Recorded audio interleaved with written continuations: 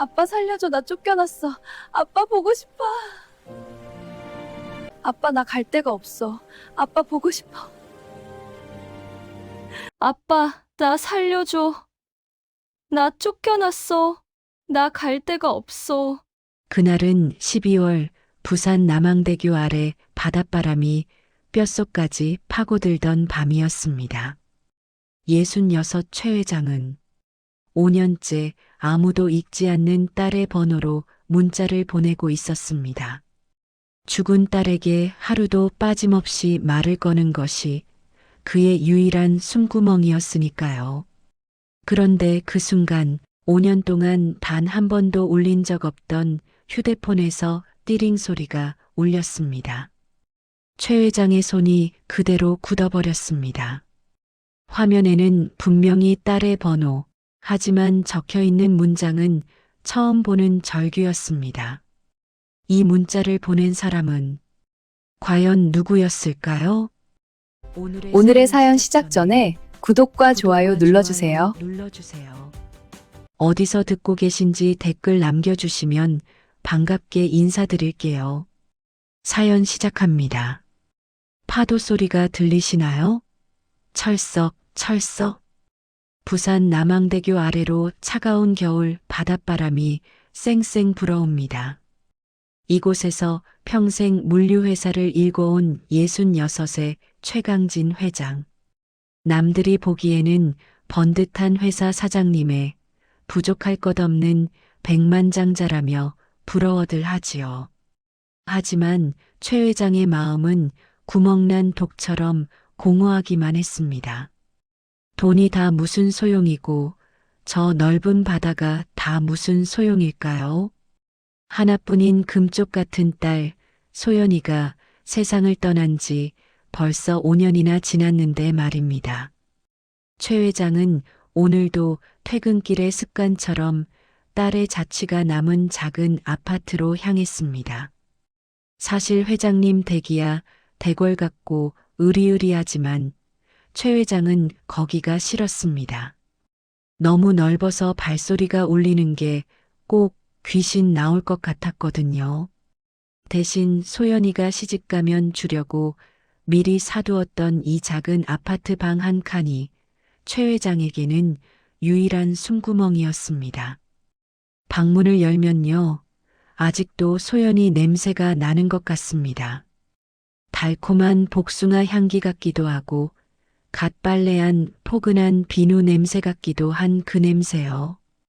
최 회장은 코끝이 찡해져서 낡은 책상 앞에 가만히 앉았습니다. 책상 위에는 소연이가 생전에 쓰던 분홍색 립스틱 하나랑 대학교 졸업할 때 찍은 사진이 놓여 있습니다.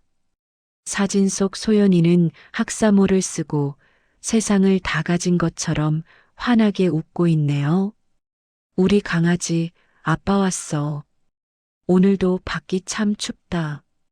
밥은 챙겨 먹었니? 최 회장이 혼잣말을 중얼거립니다.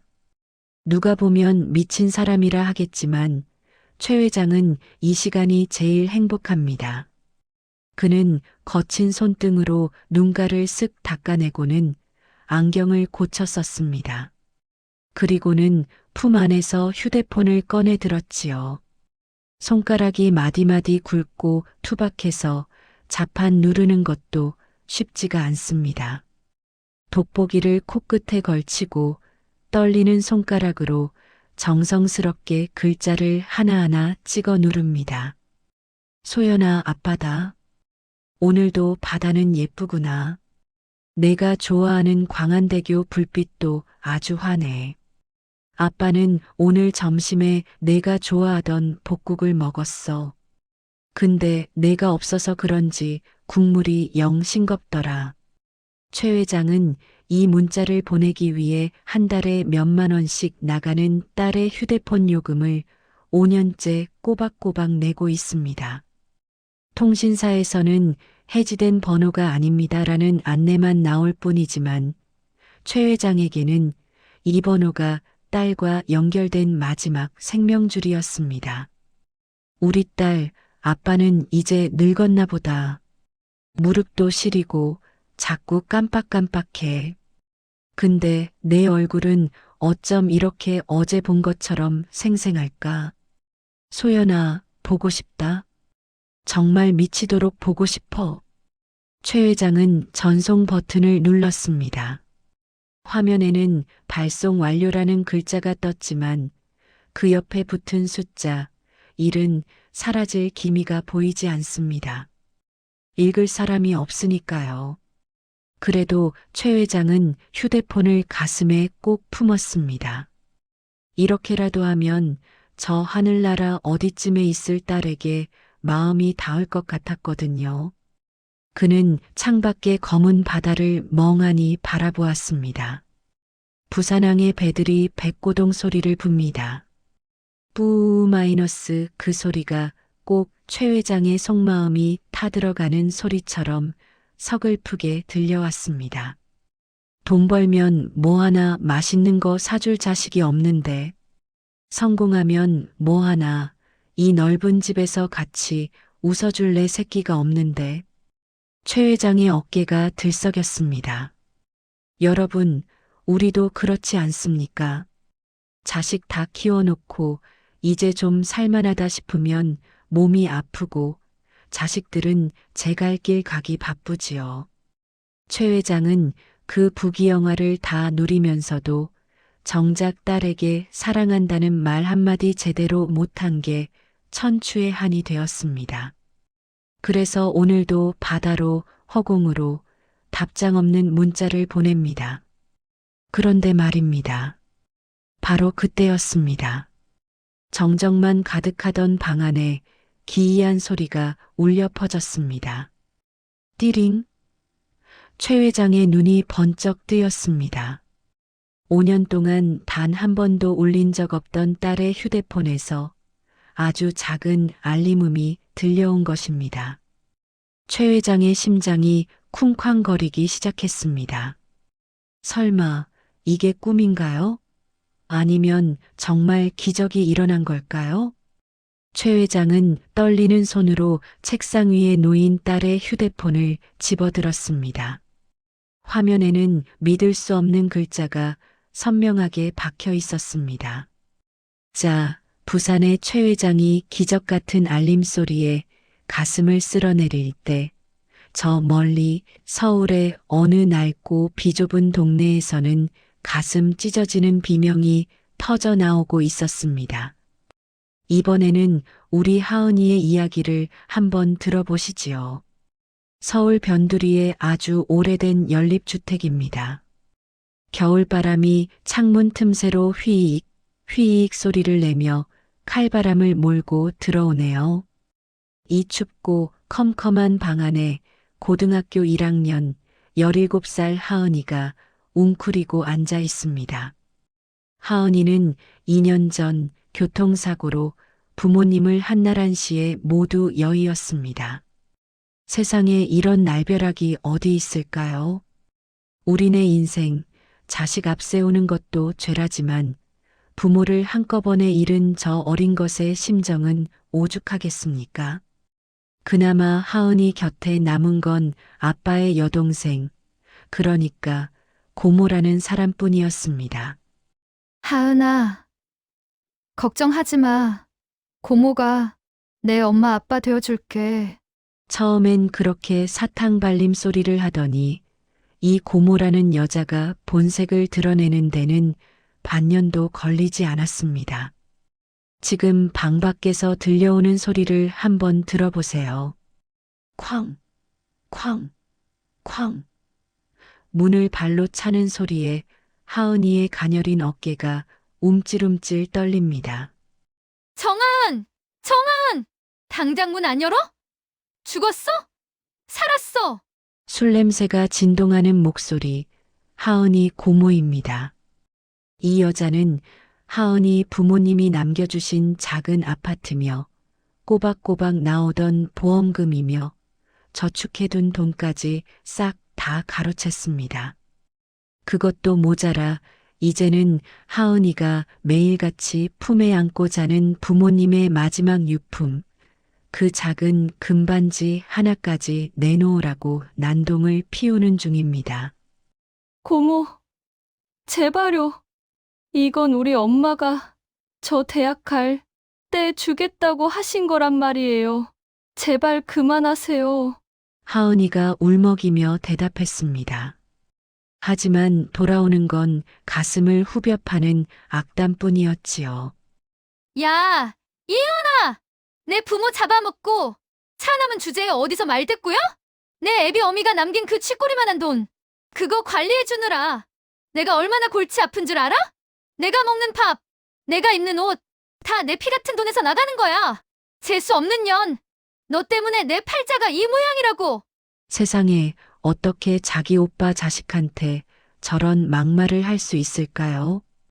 우리 어머니 아버님들 옛날에는 형제끼리 우애가 깊어서 콩 한 쪽도 나눠 먹었잖아요. 그런데 요즘 세상은 돈 앞에 형제도 핏줄도 없나 봅니다. 하은이는 귀를 막고 흐느꼈습니다. 엄마, 아빠, 너무 무서워. 나 좀 데려가 줘. 그런데 이 고모라는 여자의 입에서 정말로 해서는 안 될 말이 튀어나왔습니다. 너 오늘까지 그 반지 안 내놓으면 나 내일 당장 네 부모 납골당 계약 해지할 줄 알아. 그 뼛가루 산에다 뿌려버려야 쓰레기통에 처박간 내 마음이니까. 장례비도 아까워 죽겠는데 어딜 감히 나를 가르치어 들어? 납골당을 없애겠다니요. 이게 사람 입에서 나올 소립니까? 조상님 묘자리 하나도 정성껏 모시는 게 우리네 도리인데 돌아가신 오빠 내외의 안식처를 돈 몇 푼 때문에 쓰레기 취급하다니요. 이건 정말 천벌을 받을 짓이지요. 하은이는 눈앞이 캄캄해졌습니다. 부모님이 계신 그 작은 납골당 칸은 하은이가 이 세상에서 유일하게 다녀왔습니다라고 인사할 수 있는 곳이었습니다. 명절이면 찾아가 울기도 하고 학교에서 좋은 일 있으면 자랑도 하던 그 소중한 곳을 잃는다는 건 하은이에게는 세상이 무너지는 것과 같았습니다. 안 돼요, 고모. 제발, 제발.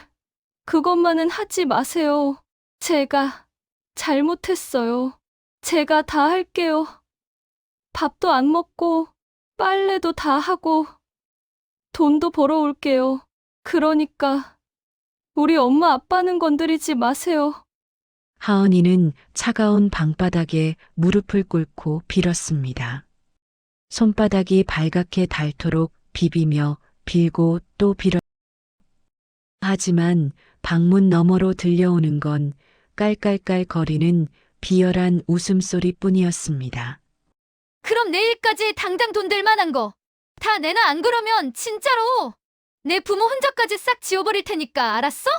하은이는 웅크린 채 밤새도록 떨었습니다. 배에서는 꼬르륵 소리가 나는데 부엌에는 고모가 술판을 벌이고 있어서 나갈 수도 없습니다. 목이 말라도 꾹 참아야 했습니다. 하은이는 창밖의 어두운 하늘을 보며 생각했습니다. 내일이 오지 않았으면 좋겠다. 이 모든 게 꿈이었으면 좋겠다. 구독자 여러분, 저 가녀린 아이의 절규가 들리시나요? 부모 잃은 서름도 큰데 믿었던 핏줄한테 저런 모진 구박을 당하니 얼마나 가슴이 찢어지겠습니까? 우리 손주 같은 아이가 저러고 있다고 생각하니 저도 목이 메어오네요. 하지만 시련은 여기서 끝이 아니었습니다. 다음 날 아침 하은이에게는 상상도 못했던 더 큰 불행이 들이닥치게 됩니다. 고모의 욕심이 결국 하은이를 벼랑 끝으로 밀어버리고 만 것이지요. 날이 밝았지만 하은이에게 그 아침은 빛이 아니라 칠흑 같은 어둠이었습니다. 텅 빈 뱃속에서는 꼬르륵 소리조차 기운이 없어 잦아들었지요. 하은이는 밤새 한숨도 자지 못한 채 방문 앞에 앉아 고모의 발자국 소리만 들으며 가슴을 졸였습니다. 제발 오늘은 고모 마음이 좀 풀렸기를 제발 우리 엄마 아빠 계신 곳만은 건드리지 않기를 하은이는 두 손을 모으고 간절히 빌었습니다. 하지만 세상은 그리 녹록지 않았습니다. 아침 8시가 조금 넘었을까요? 쾅! 소리와 함께 방문이 벌컥 열렸습니다.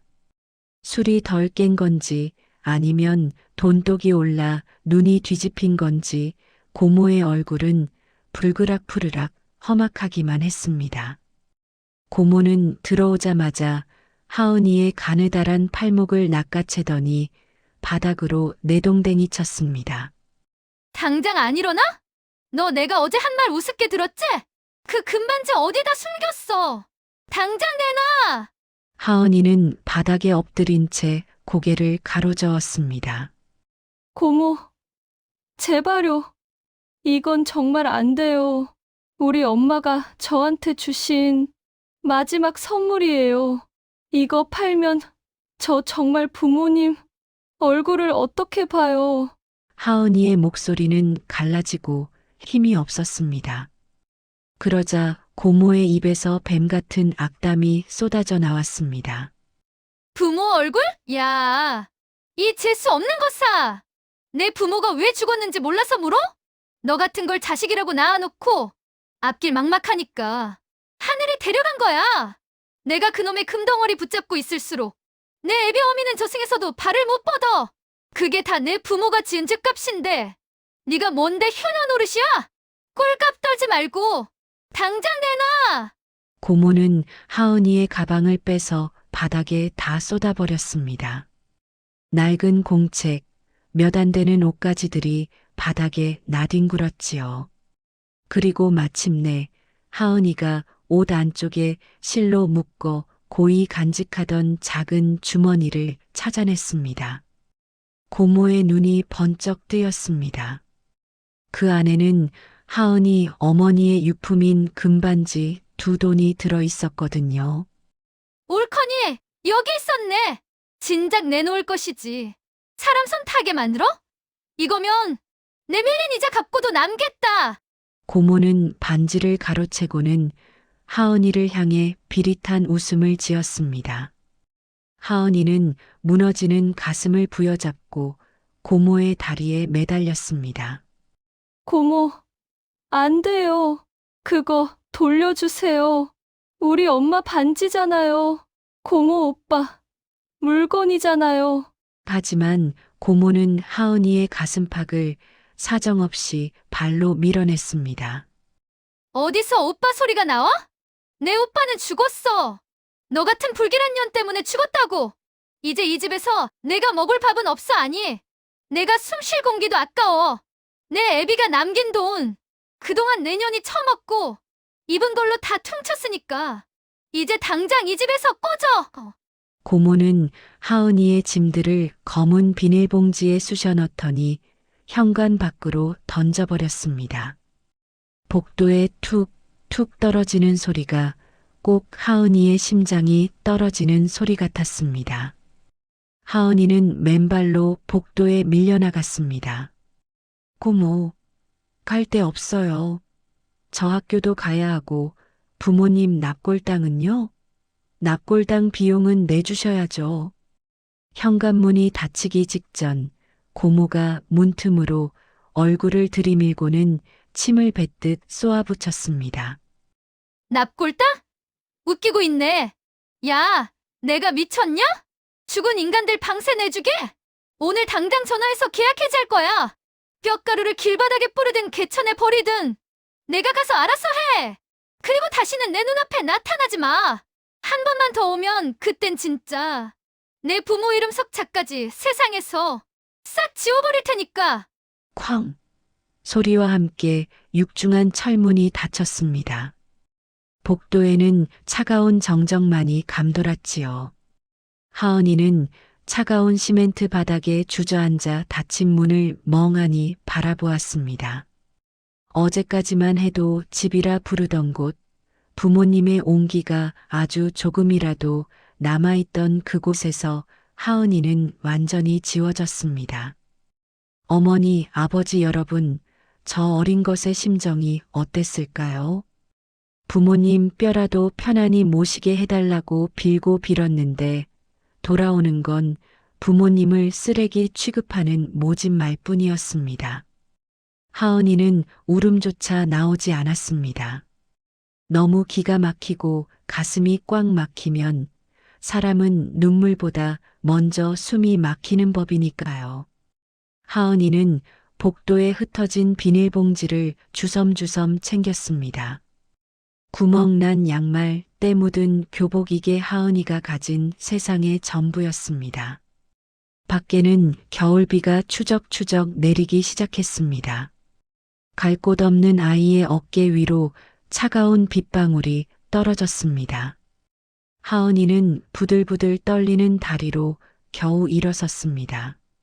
엄마, 아빠. 나 이제 정말 어떡해? 나 혼자 어디로 가야 해? 하은이는 낡은 신발장에 버려진 자신의 신발을 신었습니다. 뒤축이 다 닳아버린 운동화 너머로 찬 기운이 훅 끼쳐왔습니다. 세상은 하은이에게 단 한 칸의 방도, 단 한 그릇의 밥도 허락하지 않았습니다. 하은이는 힘없이 계단을 내려갔습니다. 한 계단, 한 계단 내려갈 때마다 부모님과의 추억이 멀어지는 것만 같아 자꾸만 뒤를 돌아보았습니다. 하지만 3층 고모네 집 창문은 굳게 닫혀 있었고 안에서는 고모가 크게 틀어놓은 텔레비전 소리만 흘러나왔습니다. 하은이는 빗속으로 걸어나갔습니다. 우산도 없이 갈 곳도 없이 그저 걷고 또 걸었습니다. 이제 하은이에게 남은 건 부서진 마음과 비에 젖은 가방뿐이었습니다. 그런데 여러분, 하늘이 무너져도 솟아날 구멍은 있다고 했던가요? 하은이가 절망의 끝에서 주저앉으려 할 때 생각지도 못한 인연이 하은이의 앞길을 막아섰습니다. 바로 그 낡은 휴대폰, 하은이의 운명을 송두리째 바꿀 그 물건이 하은이에게 다가오고 있었습니다. 하은이는 떨리는 손으로 주머니를 뒤적였습니다. 고모에게 쫓겨나면서 바닥에 떨어뜨렸던 낡은 휴대폰을 꺼냈지요. 이거라도 켜져야 해. 여기 우리 엄마 아빠 사진이 다 들어있는데. 하은이는 간절한 마음으로 전원 버튼을 꾹 눌렀습니다. 하지만 휴대폰은 아무런 반응이 없었습니다. 액정은 거미줄처럼 쫙쫙 금이 가 있었고 빗물이 들어갔는지 화면은 그저 깜깜하기만 했어요. 하은이는 휴대폰을 옷소매로 닦고 또 닦았습니다. 제발, 제발 한 번만 켜져라. 엄마. 하은이의 눈에서 눈물이 툭 떨어져 깨진 액정 위로 흘러내렸습니다. 하지만 야속한 휴대폰은 끝내 깨어나지 않았습니다. 바로 그때였습니다. 아파트 1층 복도 안쪽에서 터벅터벅 발자국 소리가 들려왔습니다.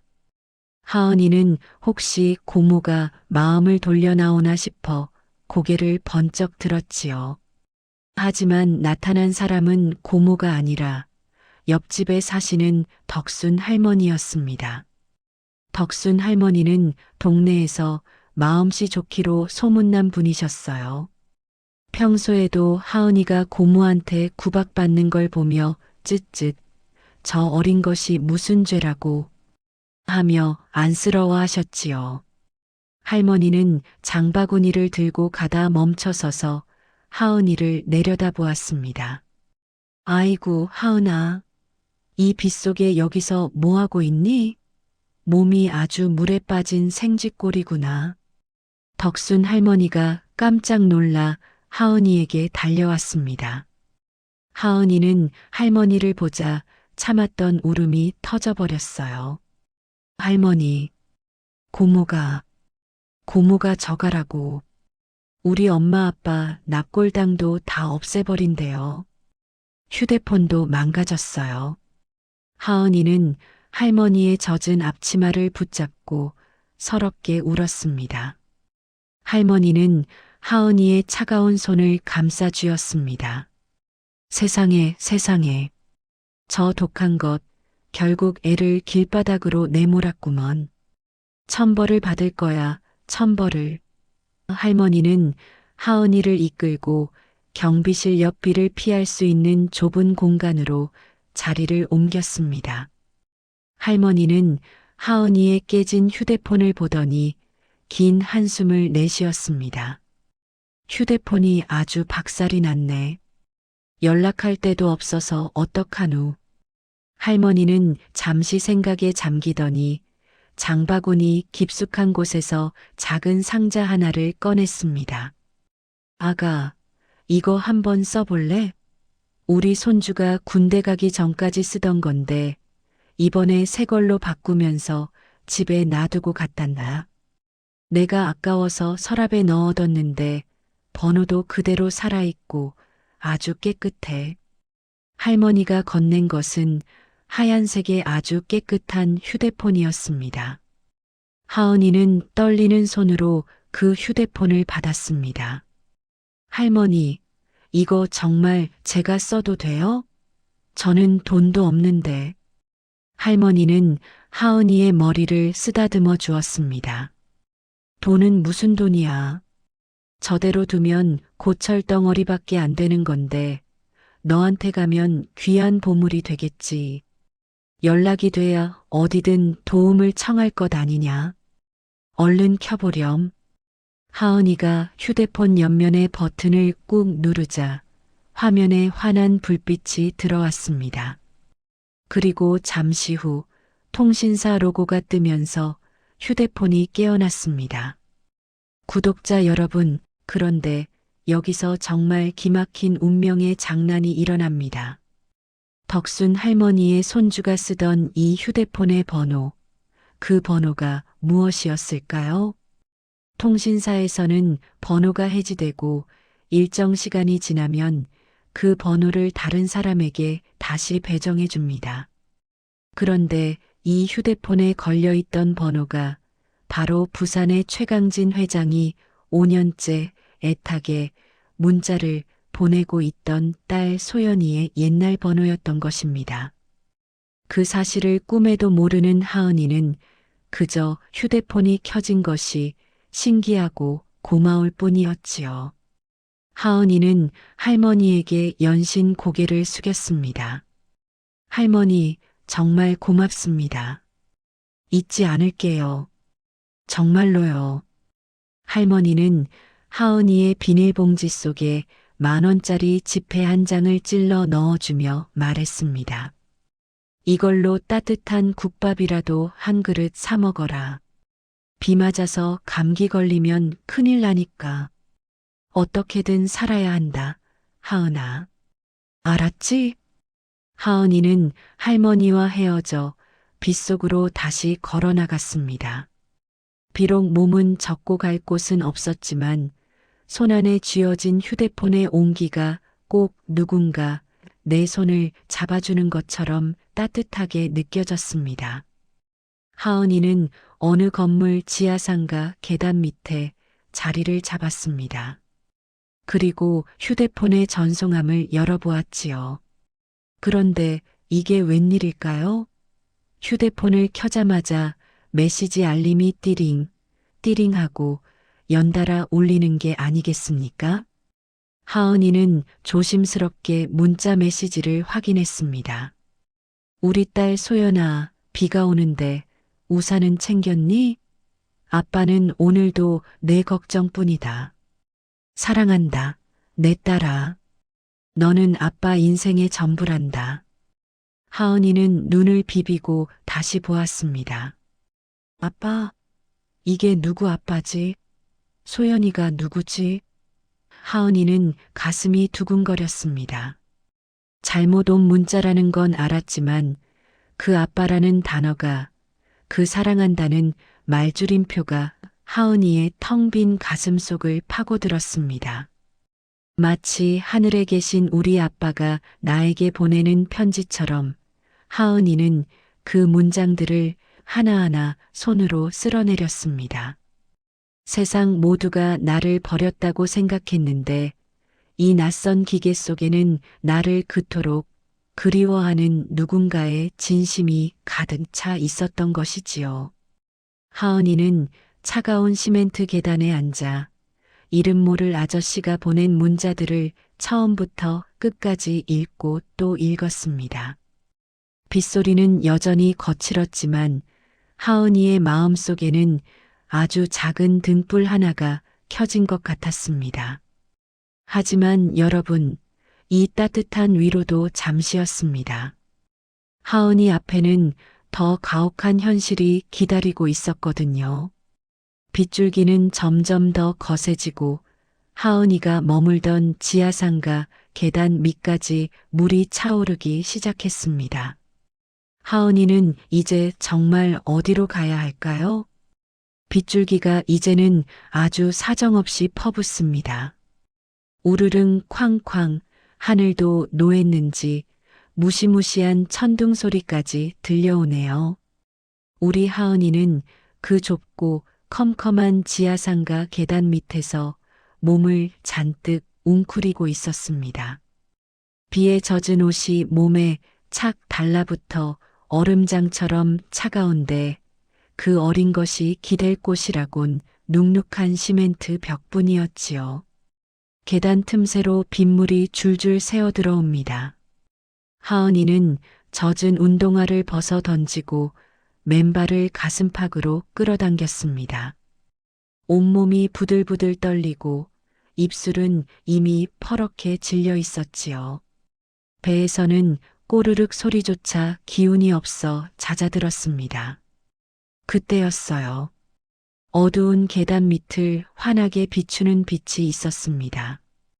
바로 덕순 할머니가 주신 그 휴대폰이었어요. 하은이는 떨리는 손가락으로 화면을 넘겨보았습니다. 아까 본 그 문자들 말고도 수백 통, 아니 수천 통의 문자가 끝도 없이 쌓여 있었거든요. 5년이라는 긴 시간 동안 누군가 이 번호로 매일같이 마음을 보내고 있었던 겁니다. 하은이는 그 문장들을 하나하나 눈으로 쫓기 시작했습니다. 소연아, 오늘은 아빠가 내가 좋아하던 붕어빵을 사왔어. 머리부터 먹을지 꼬리부터 먹을지 고민하던 내 모습이 선하구나. 식기 전에 어서 와서 먹으렴. 딸아, 오늘 날씨가 많이 춥다는데 옷은 따뜻하게 입었니? 아빠는 내가 감기라도 걸릴까봐 늘 조마조마하단다. 아빠 딸 보고 싶다. 하은이는 그 문장들을 입술로 작게 소리내어 읽어보았습니다. 소연아라는 이름 대신 자기 이름인 하은아를 넣어보기도 했지요. 하은아, 밥은 먹었니? 하은아, 아빠는 내가 제일 소중하단다. 세상에 꿈에서라도 듣고 싶었던 그 따뜻한 말들이 이 작은 기계 안에서 쏟아져 나오고 있었습니다.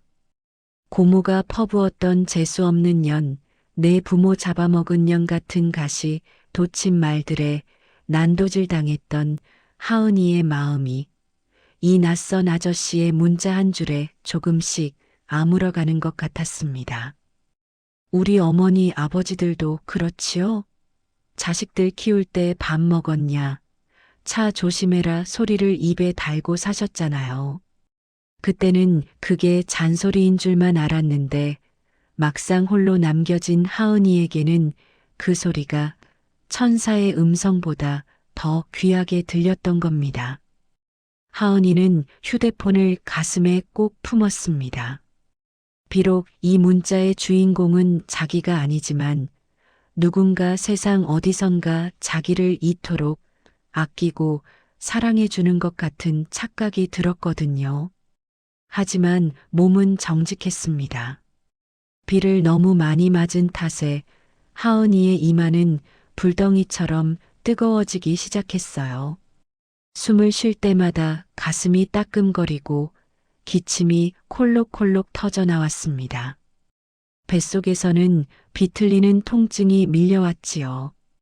하은이는 어두운 천장을 바라보며 생각했습니다. 이 아저씨는 자기 딸이 죽은 줄도 모르고 이렇게 문자를 보내는 걸까? 아니면 알면서도 마음이 아파서 그러는 걸까? 하은이는 문득 자기 아빠 생각이 났습니다. 하은이 아빠도 생전에 참 다정한 분이셨거든요. 퇴근길에 늘 하은이가 좋아하는 사탕 봉지를 사들고 오셔서 우리 강아지 아빠 왔다 하며 번쩍 안아주시던 그 굵직한 목소리. 하은이는 그 목소리가 그리워 눈물을 펑펑 쏟았습니다. 빗소리에 묻혀 아무도 듣지 못하는 울음이었지만 하은이는 목이 놓아라 울고 또 울었습니다. 밤이 깊어갈수록 추위는 더 매서워졌습니다. 하은이는 휴대폰에 저장된 문자들을 처음부터 끝까지 다 읽었습니다. 하나하나가 꼭 따뜻한 솜니불처럼 하은이를 감싸주는 것 같았어요. 세상에 나를 사랑해주는 사람이 단 한 명이라도 있다면 나도 조금만 더 버텨볼 수 있을 텐데.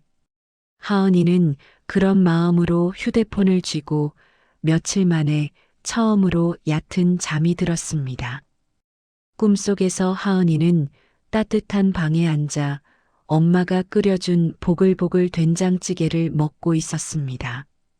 아빠는 옆에서 흐뭇하게 웃으며 하은이의 머리를 쓰다듬어 주셨지요. 우리 딸 고생 많았다. 이제 안심해도 돼. 그 소리가 얼마나 생생한지 하은이는 꿈속에서도 행복해서 웃었습니다. 하지만 잠시 후 어이, 거기 누구야? 하는 거친 목소리에 하은이는 소스라치게 놀라 잠에서 깨어났습니다.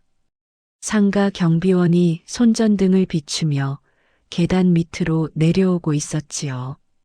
하은이는 비에 젖은 몸을 이끌고 서둘러 밖으로 도망쳐 나왔습니다. 다시 쏟아지는 폭우 속으로 말입니다. 이제 하은이에게는 한 푼의 돈도 기운도 남아있지 않았습니다.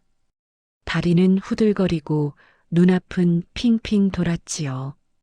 하은이는 비틀거리며 걷다가 그만 길바닥에 풀썩 주저앉고 말았습니다. 차가운 빗물이 얼굴을 때리는데 하은이는 이제 더 이상 일어날 힘이 없었습니다. 그때였습니다. 하은이의 손안에 있던 휴대폰이 다시 띠링 하고 울렸습니다. 최강진 회장이 보낸 또 하나의 문자였습니다. 소연아, 아빠는 오늘 내 방을 청소했어. 내가 언제든 돌아오면 푹 쉴 수 있게 말이야. 힘들면 참지 말고 아빠한테 말하렴. 아빠는 항상 여기 있단다. 하은이는 그 문자를 보고 결심했습니다.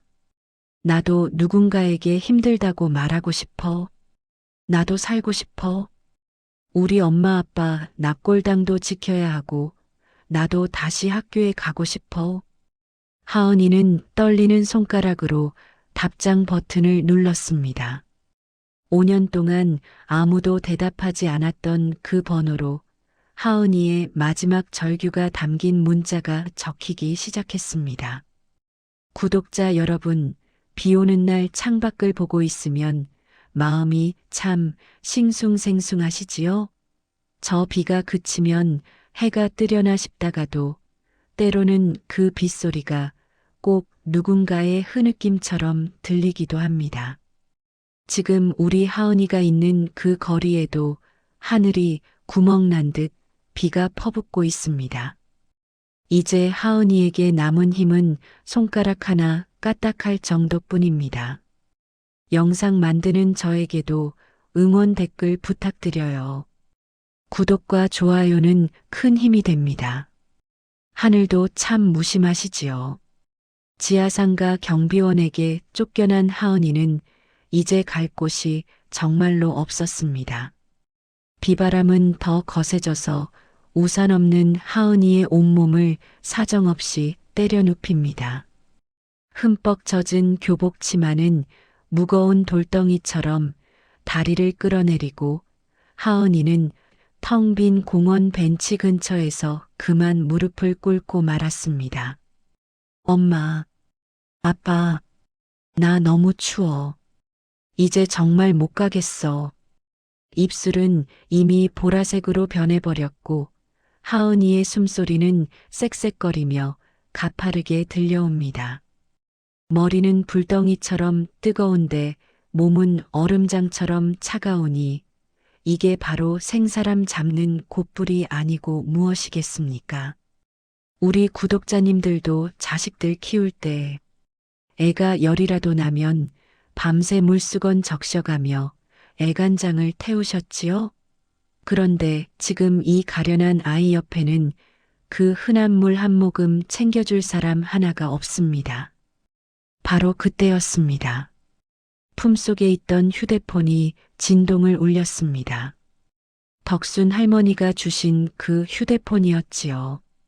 그런데 이번엔 문자가 아니라 전화였습니다. 화면을 보니 고모라는 두 글자가 선명하게 박혀 있었습니다. 하은이는 신락 같은 희망을 품고 떨리는 손으로 전화를 받았습니다. 혹시라도 고모가 잘못했다고 얼른 들어오라고 할까 봐서요. 하지만 수화기 너머로 들려온 건 사람이 차마 입에 담지 못할 모진 악담이었습니다. 정하은, 너 지금 어디 있어? 내가 우리 집에서 나갈 때 내 비상금 10,000원 가져갔지? 이 도둑년아, 너 같은 건 애비 어미 닮아서 손버릇부터 나쁜 거야. 당장 안 내놔? 하은이는 기가 막혔습니다. 덕순 할머니가 주신 10,000원을 고모 돈이라며 생사람을 잡는 것이었지요. 하은이가 힘없는 목소리로 대답했습니다. 고모, 저 정말 아니에요. 저 지금 너무 아파요. 살려주세요. 그러자 고모는 더 심한 막말을 퍼부었습니다. 아파? 죽으려면 멀리 가서 죽어. 우리 집 근처에서 부정 타게 하지 말고. 그리고 너 잘 들어. 내일 아침에 당장 납골당 가서 내 부모 유골함 다 끄집어낼 거야. 돈도 안 되는 뼈가루 구청 앞에 확 뿌려버릴 테니까 구경하고 싶으면 오든가. 다시는 전화하지 마. 뚝 하고 끊긴 전화 소리가 꼭 하은이의 마지막 숨통을 끊는 소리 같았습니다. 고모는 하은이의 부모님, 그러니까 자기 오빠 내외를 마지막 안식처에서조차 내쫓겠다고 으름장을 놓은 것이지요. 우리 구독자님들, 조상님 모시는 거라면 목숨처럼 아끼는 법인데 어찌 핏줄이라는 사람이 저토록 모질 수가 있을까요? 하은이는 빗물 섞인 눈물을 펑펑 쏟았습니다. 고모가 정말로 우리 엄마 아빠를 버릴 거야. 나 때문에 우리 부모님이 길바닥에 뿌려질 거야. 하은이는 부들부들 떨리는 손으로 휴대폰을 쥐었습니다. 이제 더는 참을 수도 물러설 곳도 없었습니다. 하은이는 아까부터 계속 따뜻한 문자를 보내주던 그 아빠라는 사람의 번호를 눌렀습니다. 비록 모르는 아저씨지만 5년 동안 소연이라는 딸을 그토록 아껴주던 그 마음씨라면 한 번만, 딱 한 번만 도와달라고 하면 들어주지 않을까 싶었지요. 하은이의 손가락은 이미 감각이 없었습니다. 빗물이 화면 위로 떨어져 글자가 자꾸만 지워졌지만 하은이는 이빨을 꽉 깨물고 한자 한자 정성을 다해 적었습니다. 저 소연이가 아니에요. 죄송해요. 그런데 저 좀 살려주세요. 갈 곳이 없어요. 부모님 납골당을 고모가 없앤대요. 저 너무 무서워요. 아저씨, 제발 저 좀 살려주세요. 하은이는 마지막 기력을 다해 전송 버튼을 눌렀습니다. 그리고는 그대로 차가운 벤치 밑 바닥으로 쓰러지고 말았습니다. 빗줄기는 그칠 줄 모르고 하은이의 가녀린 몸을 덮치고 있었지요. 휴대폰 화면에는 전송 완료라는 글자가 희미하게 빛나고 있었습니다. 여러분, 저 깊은 밤 부산에 있는 최강진 회장이 이 문자를 본다면 어떤 심정일까요? 5년 동안 단 한 번도 대답 없던 딸의 번호에서 살려달라는 이 처절한 답장이 온 겁니다. 강진 회장의 가슴이 얼마나 철렁 내려앉았을지 상상이 가십니까? 과연 강진 회장은 이 장난 같은, 아니 기적 같은 문자를 보고 어떤 결정을 내릴까요? 비바람치는 이 밤, 강진 회장과 하은이의 운명이 이제 한 줄기 빛을 향해 달려가기 시작합니다. 부산항의 밤바다는 칠흑같이 어두웠습니다. 최 회장은 사무실 창밖으로 들이치는 빗줄기를 멍하니 바라보고 있었어요. 비가 오니 우리 소연이가 더 보고 싶네. 최 회장은 책상 위에 놓인 딸의 사진을 손가서로 살살 문질렀습니다. 5년이라는 세월이 흘렀지만 아비 마음은 여전히 어제 딸을 잃은 것처럼 피가 철철 흐르고 있었지요. 그는 평소처럼 딸의 번호로 문자를 보냈습니다. 소연아, 비가 많이 오네. 아빠는 아직 사무실이다. 내가 옆에 있으면 파전에 막걸리 한잔하자고 했을 텐데. 문자를 보내고 한숨을 내쉬던 그때였습니다. 띠링.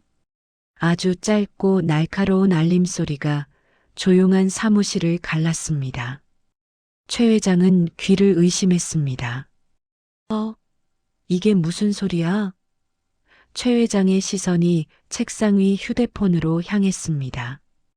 5년 동안 단 한 번도, 정말 단 한 번도 답장이 온 적 없던 그 휴대폰이었습니다. 최 회장의 손이 덜덜 떨리기 시작했습니다. 설마, 아니겠지. 내가 잘못 들었겠지. 그는 떨리는 손으로 휴대폰을 집어들었습니다. 화면을 켠 순간 최 회장은 그만 자리에 주저앉고 말았습니다.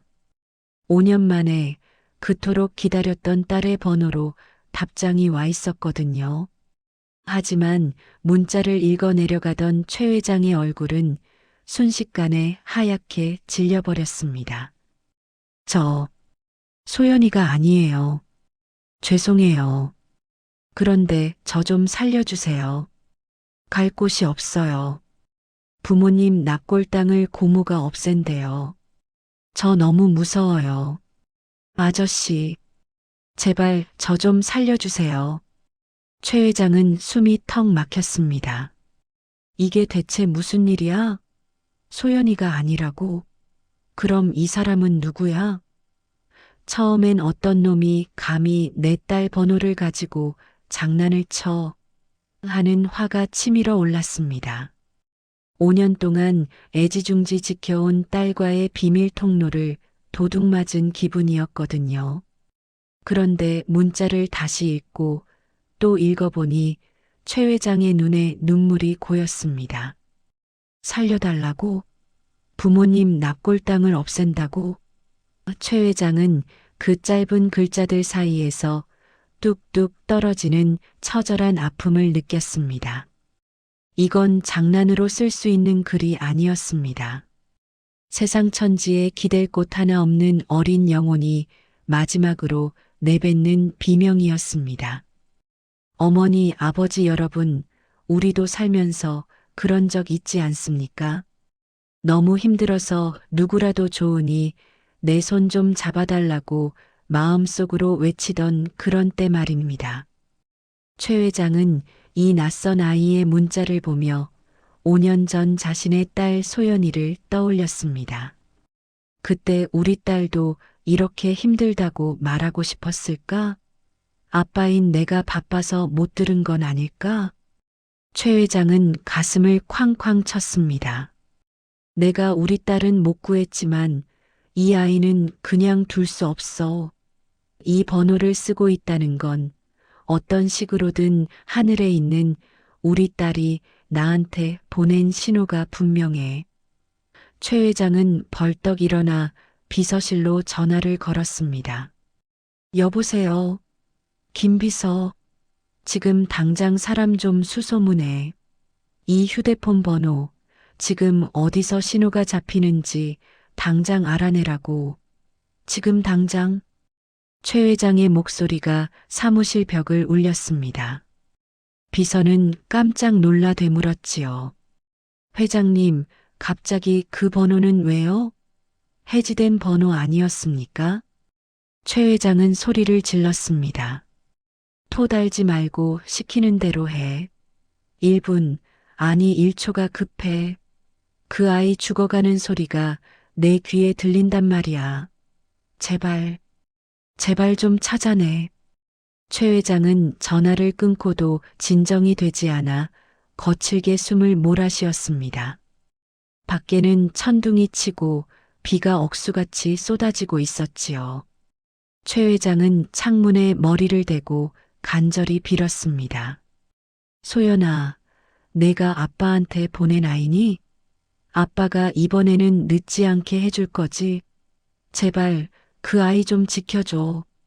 그의 손은 여전히 바르르 떨리고 있었지만 눈빛만은 번뜩였습니다.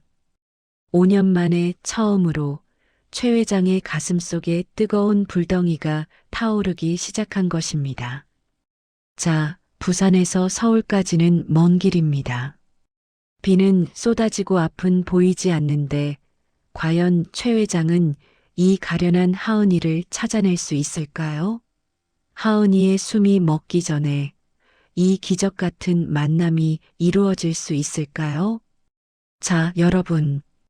우리네 인생에서 가장 무서운 게 뭔지 아십니까? 그건 바로 나중에라는 말입니다. 나중에 효도할게요. 나중에 보러 갈게. 나중에 잘해줄게. 그런데 그 나중에가 오지 않을 때 우리 가슴에는 평생 지워지지 않는 대못이 박히는 법이지요. 지금 부산의 최강진 회장이 바로 그렇습니다. 5년 전 딸 소연이를 보낼 때 나중에 얘기하자며 전화를 끊었던 그날의 자신을 죽이고 싶을 만큼 후회하며 살았거든요. 그런데 지금 그 죽은 딸의 번호로 살려달라는 소리가 들려왔으니 최 회장의 눈에선 이제 불이 아니라 피눈물이 쏟아질 지경입니다. 김 비서, 자네 지금 내 말이 장난으로 들려? 당장 기술팀 부르고 통신사 사장한테라도 전화해. 지금 이 번호 위치 안 찾아내면 자네도 오늘로 끝인 줄 알아. 부산항이 내려다 보이는 최 회장의 사무실은 그야말로 아수라장이 되었습니다. 최 회장이 책상을 쾅쾅 내리치며 고함을 지르는데 그 서슬이 얼마나 펄은지 옆에 있던 화분의 잎사귀가 다 파르르 떨릴 정도였습니다. 김 비서는 당황해서 어쩔 줄을 몰랐지요.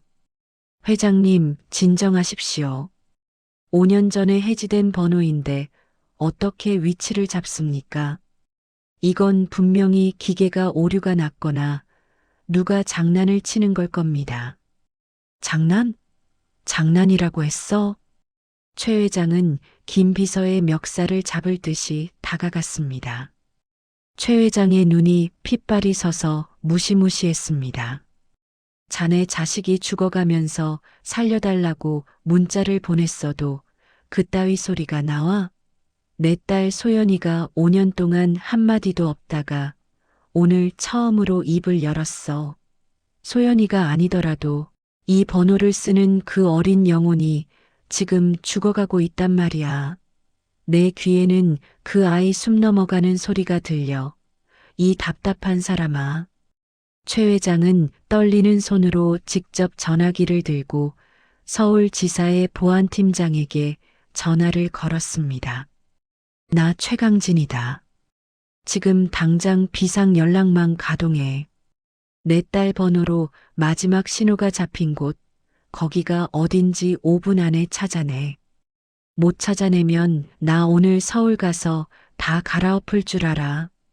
최 회장의 절박함이 통했을까요? 잠시 후 김 비서의 노트북 화면 위로 빨간 점 하나가 깜빡거리기 시작했습니다. 회장님, 잡혔습니다. 서울입니다. 서울 봉천동 어느 공원 근처입니다. 그 소리를 듣자마자 최 회장은 외투도 챙기지 않고 복도로 뛰어나갔습니다.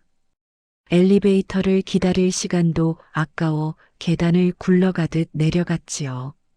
김 비서, 당장 차대. 서울로 간다. 헬기든 뭐든 띄울 수 있는 건 다 알아봐. 하지만 밖에는 비바람이 너무 거세서 비행기도 헬기도 뜰 수가 없는 상황이었습니다. 비행기가 안 되면 차로 간다. 내가 직접 운전할 테니까 자네는 서울지사에 연락해서 사람들을 그 공원으로 다 집결시켜. 한 발자국도 놓치지 마.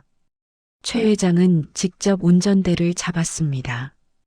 부산에서 서울까지 그 먼 길을 억수같이 쏟아지는 빗길을 뚫고 달리기 시작했습니다.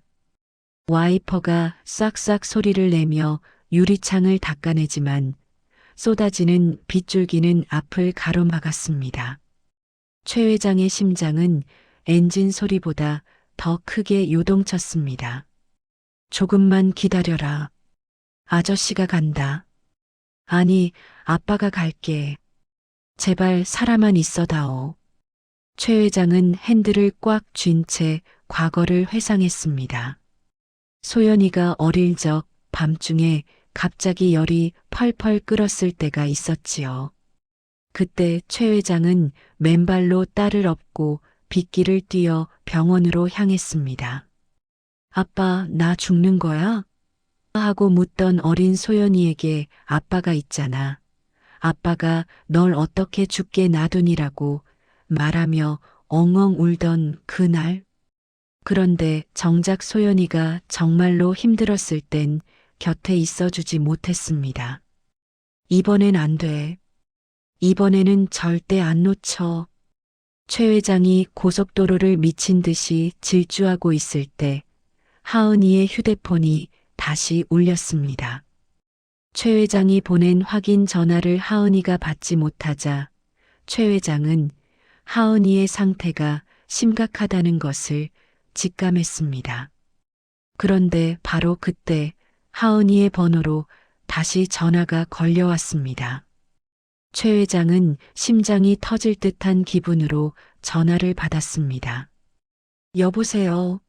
아가, 내 목소리 들리니? 그런데 수화기 너머로 들려온 건 가녀린 아이의 목소리가 아니었습니다.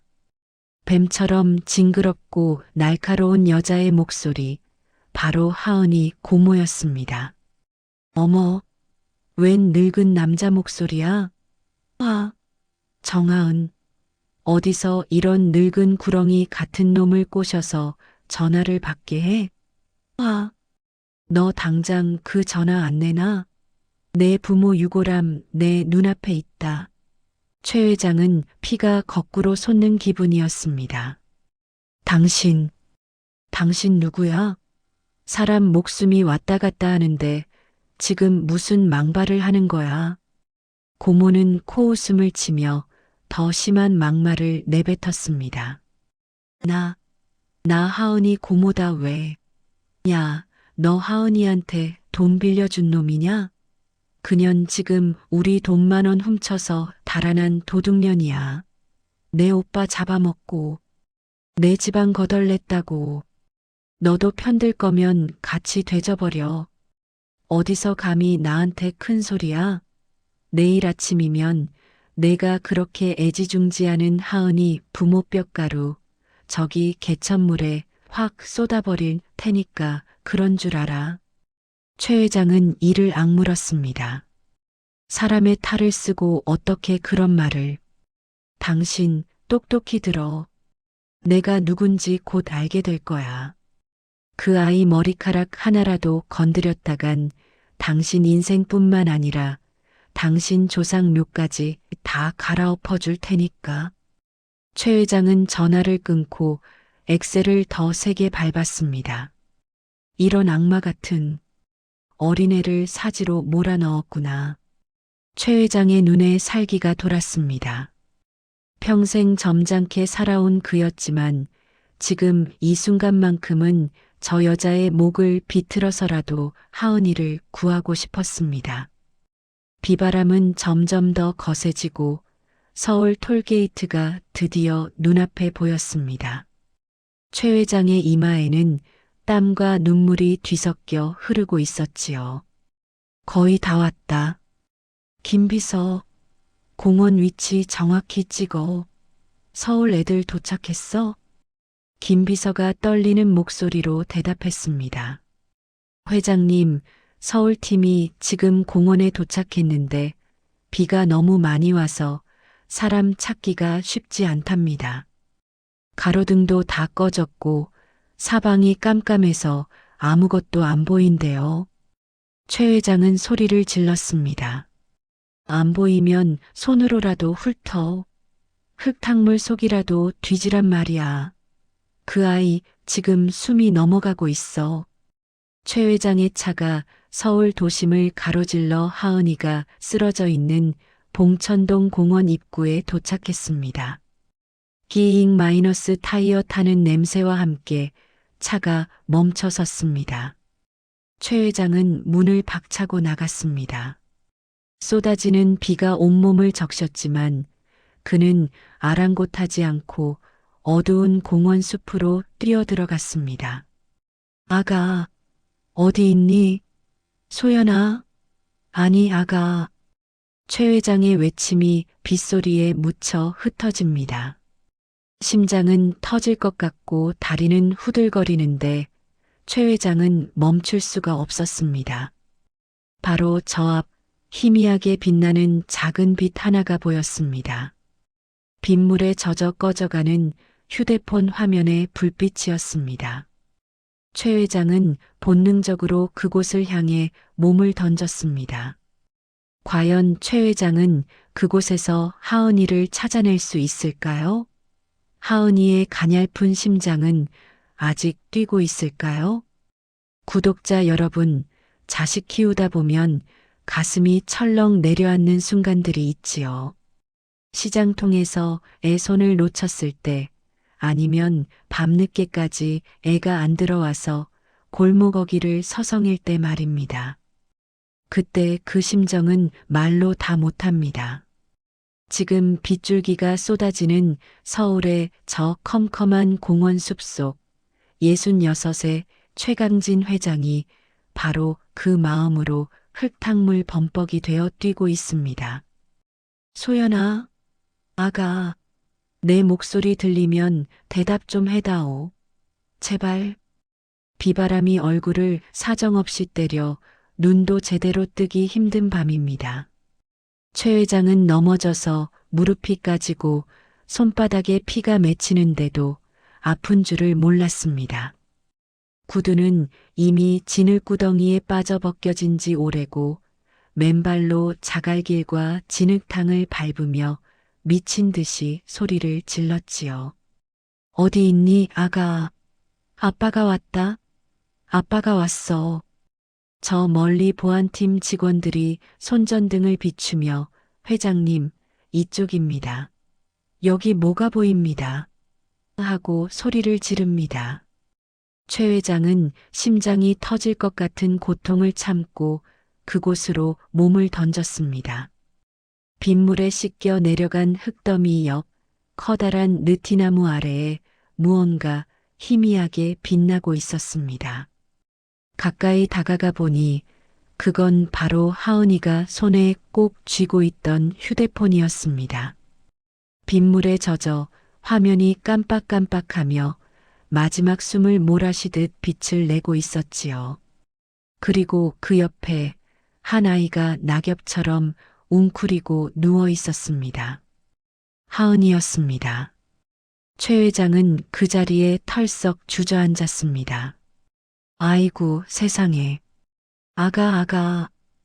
최 회장의 떨리는 손이 하은이의 얼굴로 향했습니다. 하은이의 얼굴은 갓 피어난 꽃망울이 서리를 맞은 것처럼 창백하다 못해 푸르스름하게 질려 있었습니다. 눈은 감겨 있고 입술은 바르르 떨리고 있었지요. 비에 젖은 교복은 몸에 착 달라붙어 앙상한 갈비뼈 마디마디가 다 드러나 보였습니다. 최 회장은 하은이를 품에 안았습니다. 어이구, 이 가벼운 것. 어쩌다 이 지경이 됐어. 하은이를 들어 올리는데 정말 종이장처럼 가볍고 가냘팠습니다. 제대로 먹지도 못하고 그 모진 세월을 견뎠으니 오죽했겠습니까? 최 회장은 자신의 비싼 양복 윗도리를 벗어 하은이를 꽁꽁 감싸 안았습니다. 얼음장처럼 차가운 하은이의 몸이 최 회장의 가슴에 닿자 최 회장은 참았던 눈물을 터뜨렸습니다. 소연아, 내가 나를 여기로 불렀구나.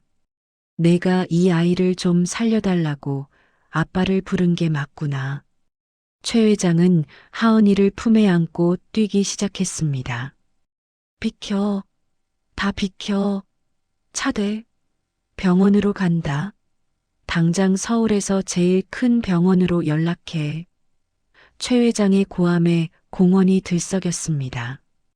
차 뒷좌석에 하은이를 눕히고 최 회장은 아이의 찬 손을 계속 비벼주었습니다. 눈 떠라 아가. 죽으면 안 된다. 아저씨가 왔다. 이제 아무도 너 못 건드려. 그 고모라는 악기 같은 년도 아저씨가 다 치워줄 테니까 제발 숨만 쉬어라. 병원 응급실에 도착했을 때 하은이의 체온은 이미 위험한 수준까지 떨어져 있었습니다. 의사들이 달려들고 산소 마스크가 씌워지는 그 급박한 순간에도 최 회장은 하은이가 손에 쥐고 있던 휴대폰을 놓지 않았습니다. 하은이가 의식을 잃어가는 순간에도 끝까지 지키려 했던 그 휴대폰 화면에는 최 회장이 아까 보냈던 문자가 선명하게 떠 있었습니다. 사랑한다, 내 딸아. 너는 아빠 인생의 전부란다. 최 회장은 그 화면을 보며 가슴을 쳤습니다. 내 딸한테 못 준 사랑, 이제 너한테 다 주마. 그러니 제발 깨어나다오. 최 회장은 응급실 밖 차가운 의자에 앉아 밤을 꼴딱 새웠습니다. 기도가 무엇인지도 잊고 살던 그였지만 그날 밤만큼은 세상의 모든 신에게 빌고 또 빌었습니다. 저 어린 목숨 하나만 살려주시면 제 전 재산을 다 가져가셔도 좋습니다. 새벽녘이 되어서야 의사가 나왔습니다. 고비는 넘겼습니다. 다행히 영양실조와 저체온증이 심하긴 하지만 아이가 살고자 하는 의지가 강해서 잘 버텨주었네요. 최 회장은 그 소리에 다리에 힘이 풀려 주저앉고 말았습니다. 고맙습니다. 정말 고맙습니다. 의사 선생님. 중환자실 유리창 너머로 하은이를 바라보던 최 회장은 결심했습니다. 이 아이의 뒤를 봐주는 정도가 아니라 이 아이의 울타리가 되어주겠노라고 말입니다. 그리고 그 못된 고모라는 여자, 하은이 부모님의 마지막 안식처까지 더럽히겠다고 큰 소리치던 그 여자를 절대 가만두지 않겠다고 이를 악물었지요. 여러분, 우리 인생에 가끔은 이런 기적이 찾아옵니다. 죽은 딸이 보낸 문자 하나가 세상 끝에 몰린 한 소녀와 절망 속에 살던 한 아비의 운명을 이렇게 묶어준 것이지요. 이게 인연이 아니고 무엇이겠습니까? 이제 하은이가 눈을 뜰 시간입니다. 하은이는 눈을 떠서 누구를 보게 될까요? 그리고 최 회장은 그 악독한 고모를 어떻게 단죄하게 될까요? 이제 마지막 감동의 결말이 우리를 기다리고 있습니다. 병원 창밖으로 눈부신 아침 햇살이 쏟아져 들어옵니다. 간밤에 그렇게 무섭게 퍼붓던 비는 언제 그랬냐는 듯 씻은 듯이 개었지요. B- 소리를 내며 규칙적으로 울리는 의료기기 소리가 고요한 병실 안을 채우고 있었습니다. 우리 하은이가 드디어 긴 잠에서 깨어나 천천히 눈을 떴습니다. 하은이는 눈을 뜨자마자 하얀 천장과 코끝을 찌르는 소독약 냄새에 미간을 찌푸렸습니다. 여기가 어디지? 나 죽은 건가? 그런 하은이의 귓가에 낮고 따뜻한 목소리가 들려왔습니다. 아가, 정신이 드니? 눈 좀 떠보렴. 아저씨 여기 있다. 고개를 돌려보니 인자한 인상의 아저씨 한 분이 하은이의 마른 손을 꼭 잡고 앉아 있었습니다. 밤을 꼬박 새웠는지 눈은 핏발이 서 있었지만 하은이를 바라보는 눈빛만은 꿀처럼 달콤하고 따뜻했지요. 강진 회장이었습니다. 하은이는 꿈인 줄만 알았습니다. 아저씨, 누구세요? 그 문자 보내주신 아빠예요? 최 회장은 하은이의 손등을 자기 뺨에 갖다 댔습니다. 그래, 그 못난 아빠가 바로 나다. 늦어서 미안하다, 아가. 정말 미안해. 하은이는 그 소리에 참았던 눈물을 왈칵 쏟았습니다. 엄마 아빠 돌아가시고 세상에서 처음 느껴보는 어른의 온기, 나를 위해 밤을 새워준 사람의 체온이 하은이의 얼어붙은 심장을 녹여주었지요. 하지만 감동의 재회도 잠시 병실 문이 거칠게 열리며 불청객이 들이닥쳤습니다. 바로 하은이 고모였습니다. 이 여자는 병원까지 어떻게 알고 찾아왔는지 들어오자마자 하은이의 멱살을 잡으려 달려들었습니다. 정하은, 너 2년 여기서 호강하고 있었냐? 내가 감히 나를 경찰에 신고해? 돈 많은 늙은이 하나 꼬셨다고 아주 기세가 등등하구나. 당장 일어나. 내 부모 뼈가루. 지금 내 차 트렁크에 실려 있어. 나랑 같이 가서 개천에 확 뿌려버리자고. 고모의 입에서 나오는 소리는 정말 악마의 저주 같았습니다. 하은이는 공포에 질려 최 회장 뒤로 숨었지요. 최 회장은 차가운 눈빛으로 고모를 쳐다보았습니다. 그리고는 낮지만 호령하는 듯한 목소리로 입을 열었습니다. 당신이 하은이 고모라는 사람인가? 사람의 탈을 쓰고 어찌 조카에게 그런 짓을 해? 당신이 가로챈 하은이 부모님 유산, 그리고 보험금. 내가 우리 회사 법무팀 동원해서 원금의 이자까지 싹 다 받아낼 거야. 그리고 방금 하은이 부모님 유골함 건드렸다고 했지? 그거 사체손괴죄랑 협박죄로 당장 쇠고랑 차게 해줄 테니까 그리 알아. 고모는 코웃음을 쳤습니다. 뭐, 당신이 뭔데 참견이야. 돈 좀 있다고 유세 부려. 법대로 해. 내가 무서울 줄 알아? 그때 최 회장이 김 비서에게 눈짓을 했습니다. 그러자 검은 정장을 입은 건장한 사내들이 고모를 에워쌌습니다. 최 회장은 고모의 코앞까지 다가가 조용히 은조렸습니다. 나 부산에서 물류 사업하는 최강진이다. 당신 같은 인간들 내가 평생 어떻게 다루는지 보여주지. 하은이 부모님 유골함 지금 당장 내놓고 경찰서로 가겠나? 아니면 여기서 나한테 제대로 한번 밟혀볼 텐가? 강진 회장의 서슬 퍼런 기세에 고모의 얼굴은 순식간에 흑빛이 되었습니다. 최강진 회장이라는 이름을 듣자마자 다리가 후들거리기 시작한 것이지요. 결국 고모는 그 자리에서 무릎을 꿇고 싹싹 빌었습니다. 회장님, 제가 죽을 죄를 지었습니다. 제가 잠시 미쳤었나 봐요. 한 번만 용서해 주세요. 하지만 최 회장은 차갑게 외면했습니다. 용서는 판사님 앞에 가서 하든가 아니면 당신 오빠한테 가서 빌어. 그렇게 악독한 고모는 경찰의 손에 넘겨졌습니다. 하은이 부모님의 유골함도 무사히 최 회장의 손으로 돌아왔지요. 며칠 뒤 최 회장은 몸을 추스른 하은이를 데리고 부모님의 납골 땅을 찾았습니다. 최 회장은 직접 정성스럽게 닦은 유골함을 원래 자리에 정갈하게 모셔주었습니다.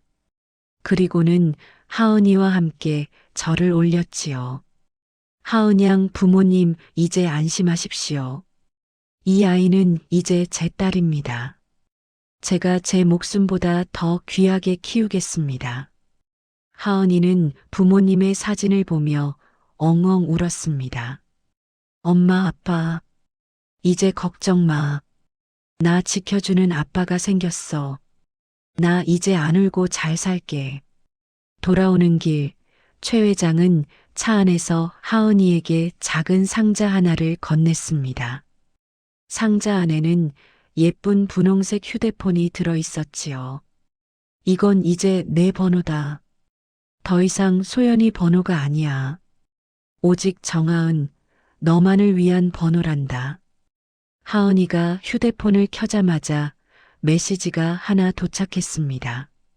바로 옆에 앉은 최 회장이 보낸 문자였지요. 하은아, 아빠 딸이 되어줘서 고맙다. 우리 이제 행복하자. 하은이는 최 회장의 품에 얼굴을 묻었습니다.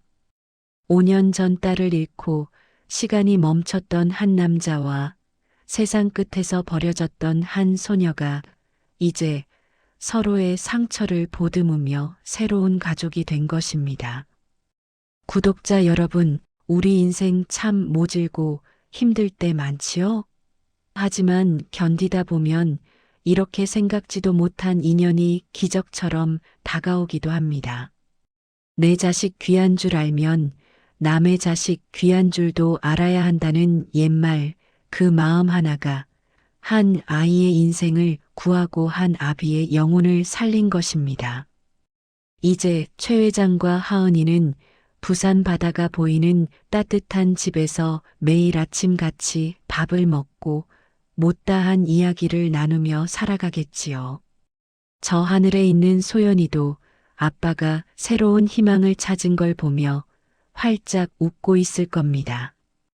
오늘 이야기는 여기서 마칩니다. 우리 천송이사연 구독자님의 인생에도 따뜻한 문자 한 통 같은 기분 좋은 소식이 찾아오기를 진심으로 바랍니다. 건강하시고 행복한 하루 되세요. 또 구독과 좋아요 꼭 부탁드려요. 시청해 주셔서 고맙습니다.